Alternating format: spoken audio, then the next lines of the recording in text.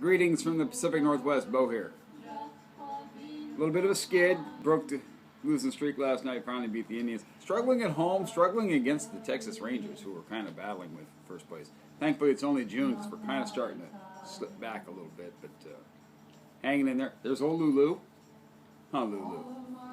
Yeah, Lulu's my good friend. Lulu's true to the blue as well, aren't you, Lulu? Moonstake hit a couple homers last night. Go Mariners. Anyhow, okay. He didn't come here to listen to me go on about the Mariners. Got some vinyl finds, got a little bit of everything. Got some Discogs purchases, got some record store finds, and I got some thrift store finds. So a little bit of everything. First of all, let me do a quick channel update kind of thing. My contest, it took me a while, sorry guys, but it finally went in the mail on Monday. They all went medium mail except for Bobby's, of course, because they don't allow that to Canada. So everybody should be looking there for their prizes by the end of the week or early next week. Bobby, I think it probably takes 10 days for it to get to Canada or so. So we'll see what happens. But they went in the mail Monday finally, so promise. What we're listening to in the background, this was a Discogs purchase. Pretty good price on this. The Love Exchange, this is just something that just wasn't turning up in the wild for me, and I really wanted to have it. It's on Tower, which is the same label that had the Standells and the Chocolate Watch Band, and it's, you know, it looks like, you know, based on the cover, you'd think this might be a tiny bit on the cheesy side, like Peppermint Rainbow or something of that nature, but it's not. This is some pretty decent psych music here. It's a really good album, so if you find it, I do recommend highly picking it up. But like I said, I had to finally give up. I'll buy reissues if I have to. I would prefer originals. Sorry, Lulu. Oh, poor Lulu. Baby, I knew you were a good baby. I'll purchase a reissue if I have to, but I don't like.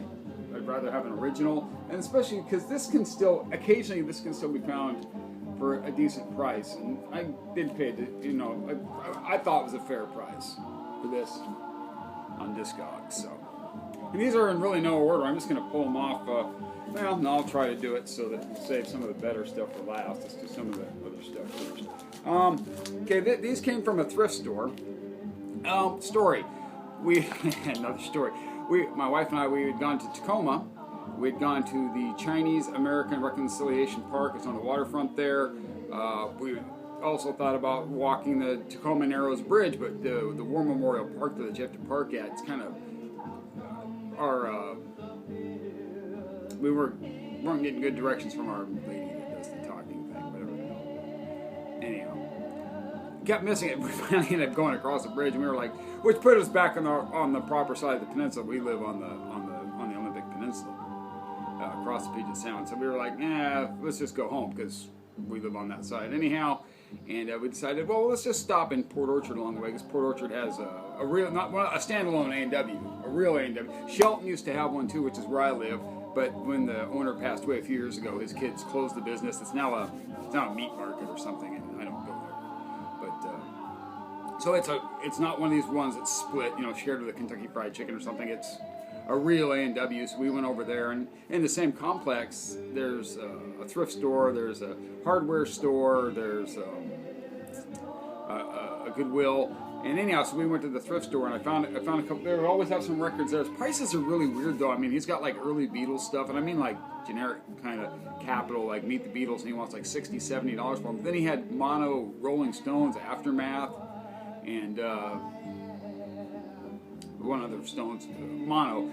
He wanted $5 for them, so. But I already had them, so I passed on those. But anyhow, I did get this for $2. This is area code 615. It's on Polydor. It's a lot of instrumental, jammy, country pop kind of stuff, country rock kind of stuff. You know, for $2, it was worth the pickup. I know it kind of gets described by Endless Trip as being a bit psychedelic, and it's not really all that psychedelic. Also got this there. This is the second from Family. And this is on the Reprise label. So the gate will open that in a second. Oh, sorry, that's in there sideways. Show the label.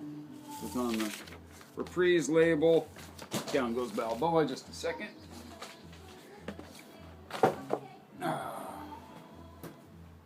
poor production value, folks. Have more pride in your videos than this. Family, anyhow, so we were talking about Family, the gatefold. I also have their first one, but this is supposed to be more prog and leaning. I thought it was very pleasant. To me, I'm not a big prog guy. I do like psychedelic music, of course. And to me, I know they say they're married. I think there's a real fine line between the two. And if it goes too much to the prog side, I don't really dig it. But this does not. This stays more psychedelic. I really liked it. Their first album, which is Music in a Doll's House, I have that too. Psychedelic in nature. So, Family. Let's see. Oh, I'm looking through. Okay, some of my rainy day purchases. Here's the Classics 4. You know, just generic pop music. I think Stormy's on this one. Yep. Stormy. Mamas and Papas Soul Train. Didn't have this. And I do like the Classics 4, so. No, I'm saving that for last. One my wife picked out because she likes the song. This is the Tokens, The Lion Sleeps Tonight. The record behind it here. Sorry. See the back if you're remotely interested in that. I'll show the label. I didn't show the Classics 4 label because I really thought, nah, nobody's going to care about that. Let's see. Let's go like this.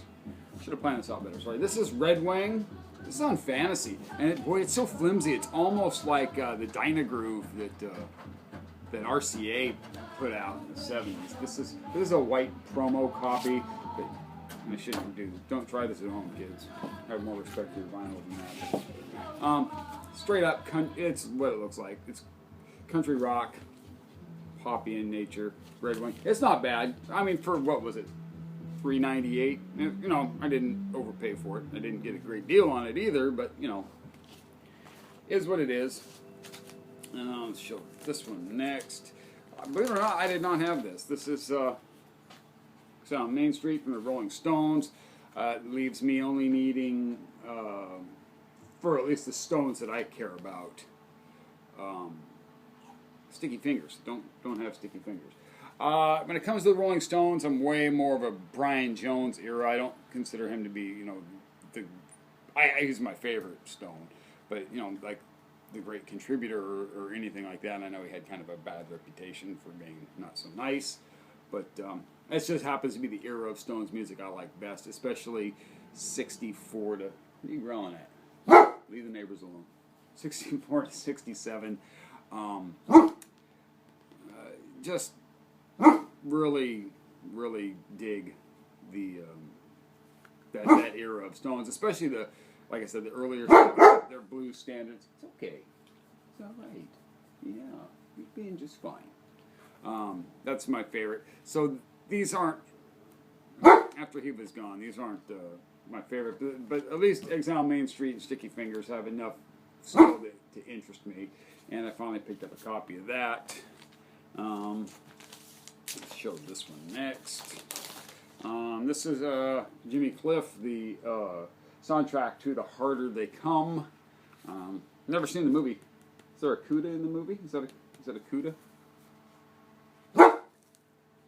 Gatefold. This is supposed to be the album that really introduced reggae music to America. At least that's the reputation it has. I haven't even spun it yet, so I will. I know when I used to work at the Hoodsport post office, the carrier out there, Alan, was a big Jimmy Cliff fan. He was Wonderful World, Beautiful People, and I do have that album, so I thought I'd give this a chance, and I'm going to do it. I know some people hate it, but here's a VC cheer because my throat's getting dry and it's coffee because it's the Northwest. It had been in the 90s. We had a couple back-to-back days where we even hit 100, and it's not going to be as warm. It's only going to be 67, so cheers. It's children's tears for you, Chris Brzezinski.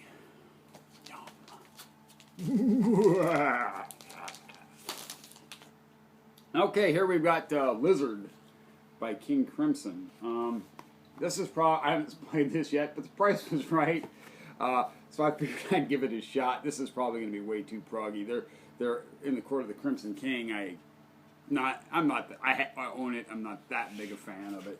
I took a chance on this one. If I don't like it, it'll be CLT for somebody down the road, I'm sure. But the price was right. It's like $5 or $6. I thought that was pretty decent. Okay, last two. This one, I just happened to stop at rainy day after work. I'm going to give credit for this purchase to Tom. I don't know that Tom shows too many videos. And I'm also going to give credit to Steve at Flipside CT. I watch a lot of his videos. If you're not subscribed, I highly recommend Flipside CT. I mean, this great. He really goes in depth and talks about a lot of these groups, and he'll show clips. So this isn't any group I really paid that much attention to, but the price was right on this. New York Dolls. So I scooped this up. Yeah, I mean, it's all Flipside CT, based on, you know, the kind of music that he shows and the way he talks about it. I saw this and I'm like, you know what, I'm going to give this a try, and you know what, I really like it. Here's the inner sleeve with it too. And the vinyl. So, thought the price was right for that, gave it a shot, like it. I've been looking for, you know, like television too. The Marquee Moon album was at the last record show. At $30, I just couldn't, you know, not based on not knowing enough about it to pulling the trigger on that. Maybe I should give that some more thought. But yeah, so trying to open up myself to some new musical interest. But anyhow, this last one is another Discogs purchase, and this is my newest. This is my latest infatuation. I've been scooping up anything I can find that he plays on. I understand his solo stuff's really good too, but this is Fleetwood Mac's debut. I think in the UK it's called Peter Green's Fleetwood Mac, maybe. Don't quote me on that. Been making mistakes lately, you know, saying facts, so research it yourself. I don't know. I'm not Wikipedia, damn it! Apparently I am. They get stuff wrong all the time. Anyhow, this dog looks like Lulu, don't you think? Lulu. Lulu. Is this you? I think it's Lulu. Oh, honey, it's okay. Anyhow, Peter Green, his guitar playing, it just blows me away. And it's just that fantastic blues. This is on Epic. This is the US release. Jason Funnyface 26. I showed him, I sent him a picture on Messenger. And he was like, what's with that bloody pink rim around it? Against the UK version, it doesn't have that. But this is the US version on Epic. Price was right on this too. I had to have it. Had to have it. There's the you know, the ubiquitous yellow Epic label. Anyhow, wow, 13 minutes. Did I drone on about the Mariners and my dog or what? Yeah. Cheers, VC. We'll see you next time. And I'll have some more vinyl finds. There's a lot of Frank Zappa at my store right now, and you know, I've got his first album, Freak Out.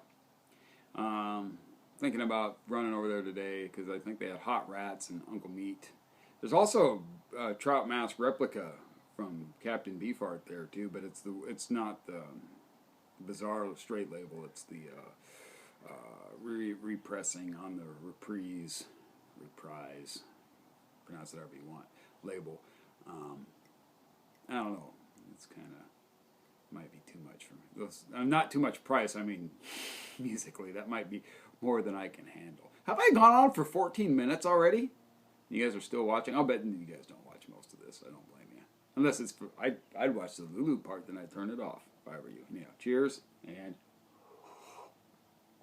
go Mariners. Go Mariners!